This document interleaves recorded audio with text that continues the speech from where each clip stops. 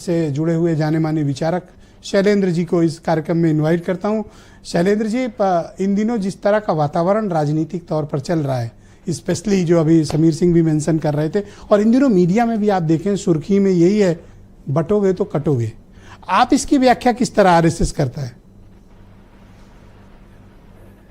सबसे पहले तो मैं स्पष्ट कर दूं कि राजनीति के सापेक्ष संघ कोई कार्य नहीं करता, संघ समाज सापेक्ष कार्य करता है और समाज सापेक्ष कार्य करना एक निरंतर प्रक्रिया है। चुनावों की प्रक्रिया आज चल रही है, थोड़े समय बाद 20 तारीख को समाप्त हो जाएगी, मतगणना हो जाएगी। सरकार उसका और सारे समाचार मीडिया के हमारे मित्र उसका अपने अपने ढंग से विश्लेषण करेंगे। लेकिन राजनीतिक चुनावों से अलग भी समाज की अपनी एक गति है, समाज की अपनी एक प्रक्रिया है और हम समाज के संरक्षण और संवर्धन का जो काम हमने अपने हाथ में लिया है उसमें हम निरंतर लगे हुए हैं और ऐसे जो पंच मूलभूत तत्व हैं उस पर संघ इस समय काम कर रहा है। सर, आप तो दर्शन शास्त्र पढ़ने लगे, मैं तो राजनीति शास्त्र की बात कर रहा हूँ। थोड़ा इस पे ओपिनियन दीजिए। आप तो फिलॉसफी में चले गए, अब बटोगे तो पंच तत्वों में चले गए। यहाँ तो बटना कटना वाली बात इंपॉर्टेंट है। वो हमारा परिवार का, पर्यावरण का, सामाजिक समरसता का, नागरिक कर्तव्य का और स्वदेशी का अभियान है, हम उस पर काम कर रहे हैं। अब मुझसे बात करेंगे कौन तो काम करेगा? संघ का कार्यकर्ता और विचार परिवार से जुड़ा होने के नाते मैं तो संघ का जो वैचारिक अधिष्ठान और कार्यक्रम है वही बताऊंगा। तो ये बताइए, अब आप अगर बटोगे तो कटोगे की बात करोगे तो ये हमें ये स्थापित करने की आवश्यकता नहीं है।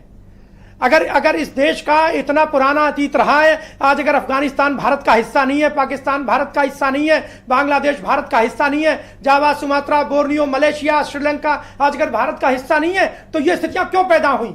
अच्छा, मलेशिया वगैरह सब भारत में था जी, सुमात्रा सब भारत में था। श्याम जिसको थाईलैंड कहते हैं, इंडोनेशिया जहां पर आज भी आप जाइए तो वहां पर रामलीलाओं का मंचन होता है। ये सारे जावा, सुमात्रा, बोर्नियो, अंकोर वाट का मंदिर कंबोडिया में, अंकोर वाट में का मंदिर भगवान विष्णु का सबसे बड़ा मंदिर कहा जाता है, वहां सारी भारतीय संस्कृति। ऐसा कह के आप दूसरे देशों की स्वायत्तता पर चोट नहीं पहुंचा रहे? दूसरे देशों की स्वायत्ता की बात नहीं है, ये बृहत्तर जम्बू द्वीपे भरतखंडे जिस कालखंड का हम लोग प्रत्येक अपने सनातन परंपराओं के कार्यक्रम में जम्बू द्वीपे भरतखंडे जिसकी चर्चा करते हैं, उस बृहत्तर भारत का स्वरूप ये ठीक है। 15 अगस्त आप ये मानते हैं कि भारत, आप जो अखंड भारत की परिकल्पना करते हैं उसमें ये सब रहेगा?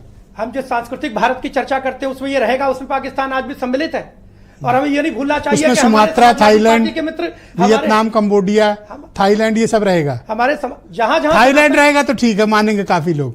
नहीं, आप थाईलैंड को किस संदर्भ में उद्धृत कर रहे हैं? मैं नहीं जानता, आप ही जिस संदर्भ में कहना चाहते हैं। थाईलैंड को आज उसको थाईलैंड कहते हैं, उसका वास्तविक नाम, पुराना नाम श्याम था।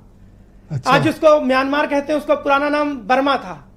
आज श्रीलंका को सिलोन कहते थे, तमिलनाडु और फुकेट को क्या नाम था भाई साहब? फुकेट और बैंकॉक का नाम क्या था? नहीं, ये तो शहरों के नाम है। अच्छा, इनके भी कोई नाम रहे होंगे? शहरों की उत्पत्ति और शहरों का विकास तो ये वहाँ की सरकारों की प्रायोरिटी है। धन्यवाद सर, बहुत शुक्रिया। लेकिन हम शहरों के आधार पर कार्यक्रम नहीं बनाते। बहुत शुक्रिया। हम बृहत्तर भारत और सांस्कृतिक भारत की कल्पना करते हैं और हमारे समाजवादी पार्टी के मित्र इससे इनकार नहीं कर सकते कि किसी समय मुलायम सिंह यादव बांग्लादेश और पाकिस्तान को मिलाकर एक भारतीय रामचरित मानस की चौपाई भी पढ़ रहे हैं, उनमें बड़ी तब्दीली है।